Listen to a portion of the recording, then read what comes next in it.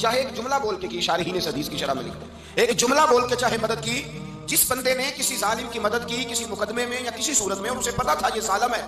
میرے نبی پاک صلی اللہ تعالیٰ علیہ وسلم فرماتے ہیں اگر اس نے مدد کی، ابھی ظالم کی بات نہیں ہو رہی، ظالم کے مددگار کی بات ہو رہی،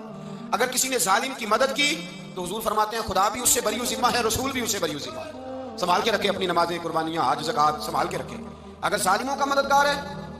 الیکشن آ لینے دے، آپ کو نظر آ جائے گا کون کون ظالموں کا مددگار ہے، نظر آ جائے گا۔ اپنی جیب سے لوگ پیسے دے کے ظالموں کی مدد کریں گے،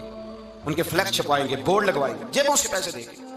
ہم نے خود آگ لگائی ہے چمن میں اپنے، بے سبب گردشی ایام کو الزام نہ دو، ہم نے خود نور کا ظلمت سے کیا ہے سودا، کر کے توہین سحر شام کو الزام نہ دو۔ ظالموں کے مددگار میدان میں آ گئے، یہ چھوٹا لفظ نہیں، میرے حبیب پاک صلی اللہ علیہ وسلم نے فرمایا جو ظالم کا مددگار ہے سن لے جو سجن کے ساتھ کچہری جاتا ہے، وہ یاد رکھے جو دوست کا گواہ بنتا ہے، وہ یاد رکھے جو کہتا ہے میں مانگی گیا تھا، مجھے بلایا گیا تھا قبضہ چھڑانے کے لیے کسی غریب بیوہ کی جائیداد پہ، وہ سن لے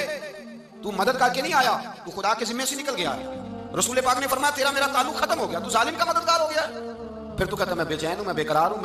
میں آزمائش کا شکار ہوں، پلٹ کے دیکھ تو صحیح تیرا گناہ کتنا بڑا ہے۔ میرے نبی پاک صلی اللہ علیہ وسلم کا ایک اور فرمان سن لیں، ابن ماجہ ابو داؤد میں موجود ہے، اس حدیث کو آپ نے یاد کر لینا ہے، کر لیں گے انشاءاللہ، سارے کہیے انشاءاللہ کر لیں گے یاد۔ حضور صلی اللہ علیہ وسلم نے فرمایا اگر تو ظالم کی مدد کرے گا نا، یہ لفظ دل کی تختی پہ لکھ لینا، یہ مکافات عمل ہے، مکافات عمل دنیا، ادھر کرو گے تو ادھر بھرو گے۔ فرمایا اگر تو کسی ظالم کی مدد کرے گا، سن لے حضور کا فرمان ہے، اگر تو ابن ماجہ ابو داؤد سیاہ میں موجود ہے، فرمایا اگر تو کسی ظالم کی مدد کرے گا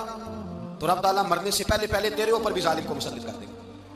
تیرے اوپر بھی ایک دفعہ ظلم ضرور ہوگا اگر تو ظالم کی، وہ کسی صورت میں بھی ہو سکتا ہے، کسی صورت میں تیرا بیٹا ہی اٹھ کے ظلم کر دے گا، تو الجھ جائے گا،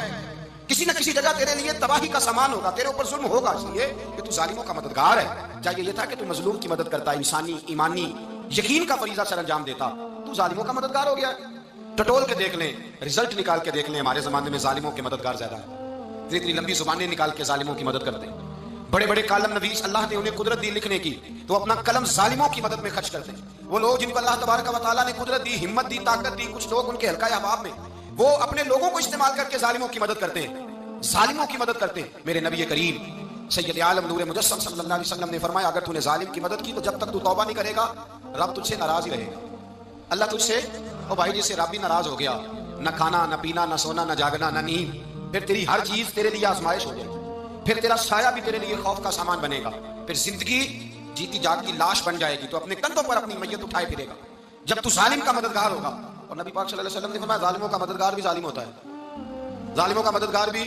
سارے بولے ظالموں کا مددگار بھی، نہیں کو نہیں، آپ سارے نہیں بولے، ایک دفعہ بولے ظالموں کا مددگار بھی، پکی بات ہے، ظالموں کا مددگار بھی۔ اللہ اکبر، جس کا یارانہ ہو، جس کا دوستانہ ہو، جو کہے میں نے نا اس کو اوکھے ویلے کے لیے ظالم کو یاد رکھا ہوا ہے،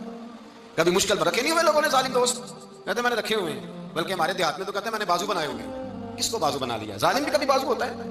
جو ظلم کی تلوار لیے میدان میں کھڑا ہے۔ قارون، حامان، فرعون، نمرود کا حال نہیں لوگوں نے دیکھا؟ اپنے زمانے میں آپ نے کتنے لوگ نہیں دیکھے جن کے سائے سے آواز سے لوگ کامتے تھے؟ پھر پولیس کی گاڑیوں میں وہ اس طرح مردہ پڑے کہ دنیا نے تماشا دیکھا ان کا، یہ رنگ ہم نے دیکھے نہیں اپنی آنکھوں سے۔ فرمایا ظالم کا مددگار بھی، جو کار میں بٹھا کے لے کے گیا وہ بھی ظالم، جس نے چائے پلائی وہ بھی، جس شخص نے کھانا کھلایا وہ بھی، جو کچہری تک ساتھ گیا وہ بھی، جس نے فلیکس کے نیچے بڑے شرابی کے نیچے چھوٹی اپنی فوٹو لگائی وہ بھی، جو ووٹ کی پرچی ڈالنے گیا وہ بھی۔ کہہ دینا باہر نکل کے کہ حضرت صاحب نے سیاسی تقریر کی ہے، کہہ دینا، پر بات تو سچی ہے نا۔ خوگرے ہم تو سے تھوڑا سا گلا بھی سن لے، خوگرے ہم تو سے تھوڑا سا بھی گلا۔ امام مالک کے پاس ایک بندہ آیا، اس نے کہا حضور میں درزی ہوں، ایک ظالم بادشاہ مجھ سے کپڑے سلواتا ہے، میں تو ظالموں کا مددگار نہیں نا۔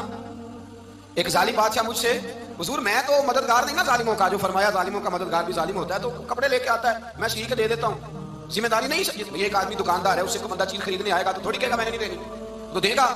کوئی بندہ اگر کسی شخص سے کوئی کام کہتا ہے جو اس کی فیلڈ ہے، اس کا شعبہ ہے، اس کا معاش کا وہ سلسلہ ہے، کہتے ہیں یا رسول اللہ صلی اللہ علیہ وسلم ظالموں کا مددگار بھی ظالم، حضور نے فرما دیا۔ تو امام مالک سے بندے نے مسئلہ پوچھا، دل کی تختی پہ لکھنے والی باتیں ہیں، کہا حضور میں درزی ہوں، ظالم کپڑے سلواتے ہیں، میں تو مددگار نہیں نا۔ امام صاحب کہنے لگے نہیں، مددگار تو وہ ہوگا جو تجھے سوئی دھاگا فراہم کرے گا، تو تو پورے کپڑے سی کے دیتا ہے، تو تو خود بہت بڑا ظالم ہے، تو پورے سوٹ سی کے دیتا ہے، تو تو بہت بڑا ظالم خود ہے۔ مددگار تو وہ ہوگا جو تجھے دھاگا دے گا، جو تجھے بٹن دے گا، جو تجھے نلکی دے گا، جو ظالم سے اتنی نفرت ظلم کر کے بندہ ہے۔ یہاں تو ہمارے زمانے میں ہیرو بن جاتے ہیں لوگ، ظالم ہیرو ہے، لوگ اس سے ڈرتے پھرتے ہیں، گھومتے پھرتے ہیں، اور بہت سارے کم مزاج لوگ اس کے پیچھے ہاتھ باندھ کے پھرتے ہیں۔ ظالموں کی مدد کرنا، ظالموں کے ساتھ رہنا، یہ ظلم ہے، ظلم، یہ زیادتی ہے۔ میرے نبی پاک صلی اللہ تعالیٰ علیہ وآلہ وسلم نے ارشاد فرمایا، یاد رکھو رب فرماتا ہے میں مظلوم کی مدد ضرور کروں گا، چاہے جلدی کروں چاہے دیر سے کروں، میں مظلوم کی مدد۔ اور حضور صلی اللہ علیہ وسلم نے فرمایا ہے، حضرت معاذ بن جبل کہتے ہیں حضور نے مجھے یمن کا گورنر بنایا، جب میں جانے لگا نا تو حضور نے بڑی نصیحتیں کی، بخاری میں موجود ہے، فرماتے ہیں جب میں پلٹنے لگا تو میرے رسول نے فرمایا معاذ ایک منٹ ٹھہر جا، ایک بات میری یاد رکھنا، اس کو نہ بھولنا۔ کہ حضور کیا؟ فرمایا دیکھنا کسی پہ ظلم نہ کر بیٹھنا، کہیں تجھ سے زیادتی نہ ہو جائے۔ محبوبہ پھر